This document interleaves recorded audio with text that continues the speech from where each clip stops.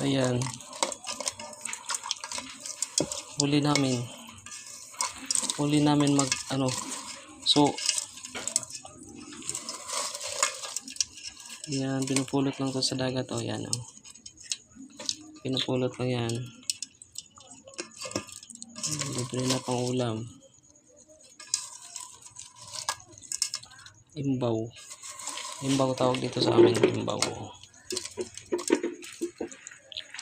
Ito, pulutin mo lang to. Kung kaya mo nang pinapana din yan. Ayan.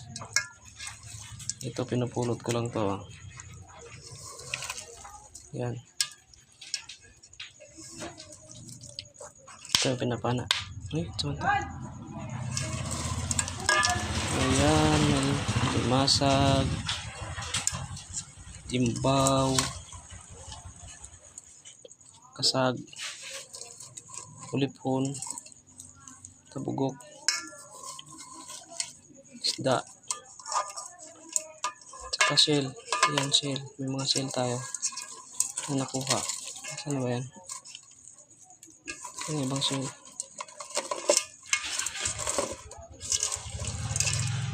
Ayan, marami to eh.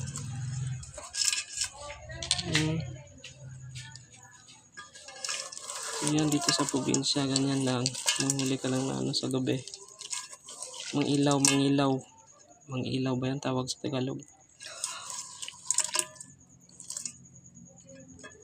So, libre na pang ulam. May 1 kilo na to.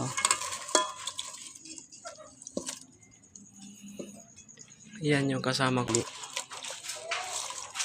Nanay.